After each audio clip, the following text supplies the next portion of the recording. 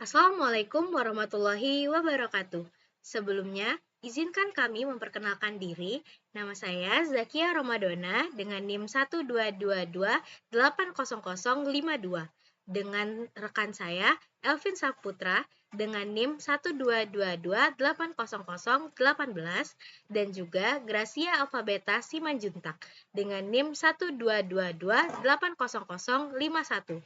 Di sini, kami akan mempresentasikan hasil diskusi kami mengenai tugas pengandalian proses dengan judul Proses Produksi Propilen Glikol dari Gliserol. Di sini, mata kuliah ini diampu oleh Ibu Putri Zulfa Silvia STMN dan juga Ibu Dewi Kurota Ayuni SSI MT.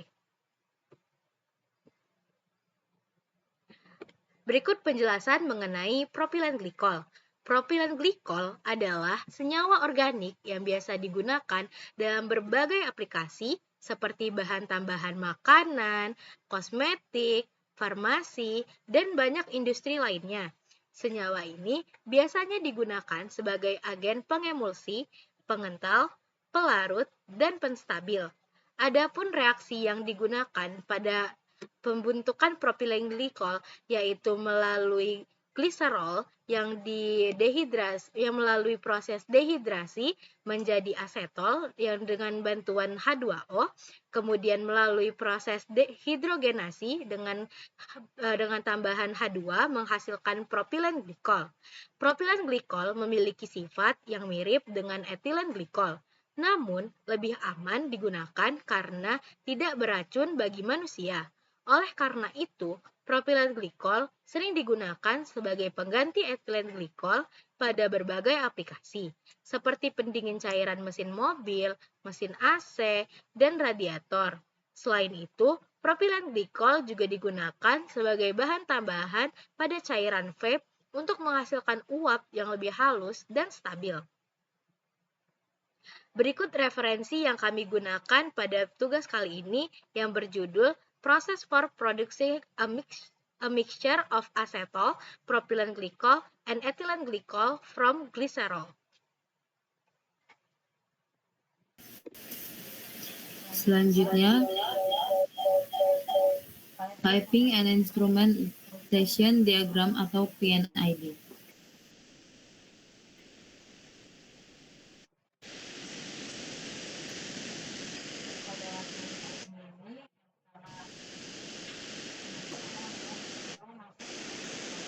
Pada PNID ini yang pertama adalah gliserol masuk ke evaporator, lalu pada evaporator dimasukkan ke reaktor yang berjenis fixed bed, yaitu reaktornya terjadi secara dehidrasi, lalu masuk ke kondensor pertama. Setelah itu dari kondensor pertama masuk lagi ke distilasi pertama, lalu masuk ke hidrogenasi. Di sini juga masuk hidrogen. Setelah itu dari reaktor kedua masuk ke kondensor kedua, dan setelah itu masuk ke distilasi kedua. Pada tangki penyimpanan ini, proses variabel yang digunakan adalah laju alir. Proses variabel yang digunakan adalah laju alir karena laju alir menjadi proses variabel untuk mengatur kecepatan pasokan bahan baku dari tangki penyimpanan ke proses berikutnya. Lalu ada manipulatif variabel, yaitu laju alir umpan masuk yang dapat dimanipulasi laju alirnya. Setelah itu, disturbance variabel, yaitu laju alir keluaran tangki yang tidak dapat diganggu untuk keluarannya. Setelah itu, yang terakhir, jenis pengendalian. Jenis pengendalian dalam tangki penyimpanan ini adalah feedback controller, karena sistem ini dilakukan dengan mendeteksi aliran aktual, kemudian nilai set point dibandingkan dengan sinyal koreksi untuk menyesuaikan aliran. Lalu ada evaporator. Evaporator pada proses variabelnya yaitu adalah temperatur keluar evaporator. Dengan memastikan temperatur keluar tetap pada nilai yang ditentukan, proses menghasilkan produk yang sesuai spesifikasi.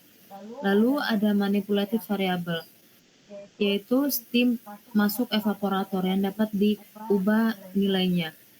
Setelah itu ada disturbance variable, yaitu laju alir masuk evaporator yang tidak dapat diganggu untuk laju alir masuknya, dan jenis pengendaliannya yaitu feedback controller.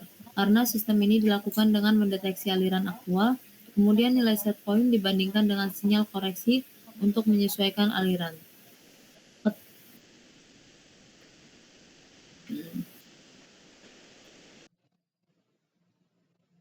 Baik, selanjutnya itu adalah unit reaktor, yaitu di sini di mana digunakan reaktor R101 dan R112, di mana reaktor R101 adalah reaktor dehidrasi seperti yang telah dijelaskan sebelumnya, dan juga R102 adalah reaktor hidrogenasi.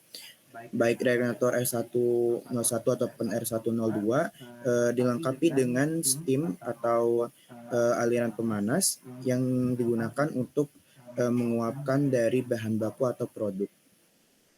Kemudian untuk reaktor ini sendiri digunakan beberapa controller tentunya untuk membantu keberlangsungan dalam proses tersebut, di mana terdapat flow controller, juga ada level indikator, level in transmitter, flow final control valve, di mana flow control ini digunakan untuk mengatur laju alir agar laju alir masuk ataupun keluar dapat seimbang, lalu juga dapat sesuai dengan keselamatan operasi dan juga untuk memenuhi kualitas dari produk tertentu.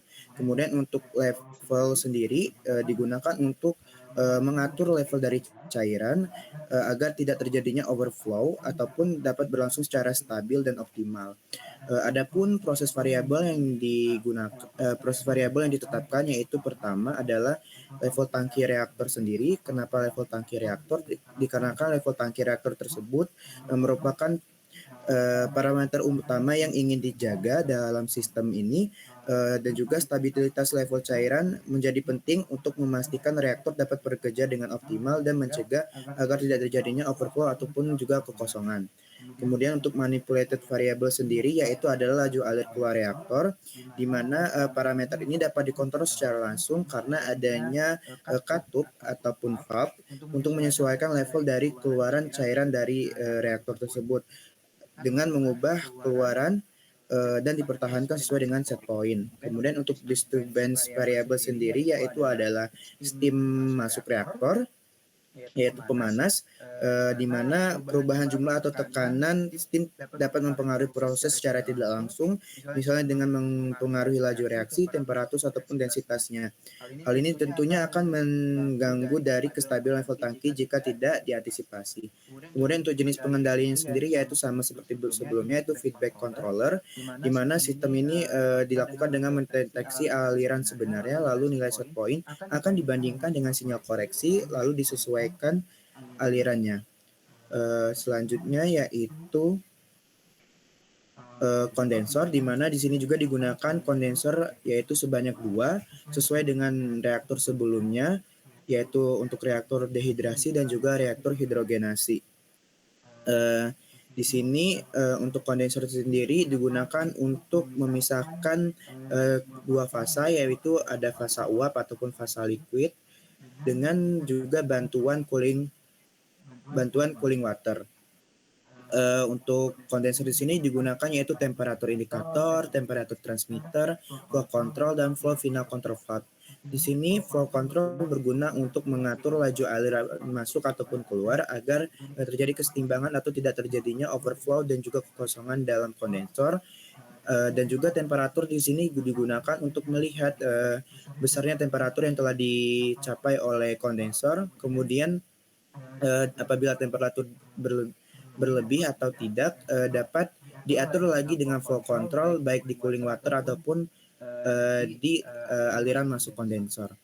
Untuk proses variabel sendiri di sini yaitu temperatur keluar kondensor, di mana menjadi parameter kunci untuk dapat memisahkan komponen dalam kondensor itu. Kemudian juga untuk manipulated variable yaitu adalah cooling water masuk kondensor, di mana dapat dilihat pada pen ID-nya yaitu terdapat valve atau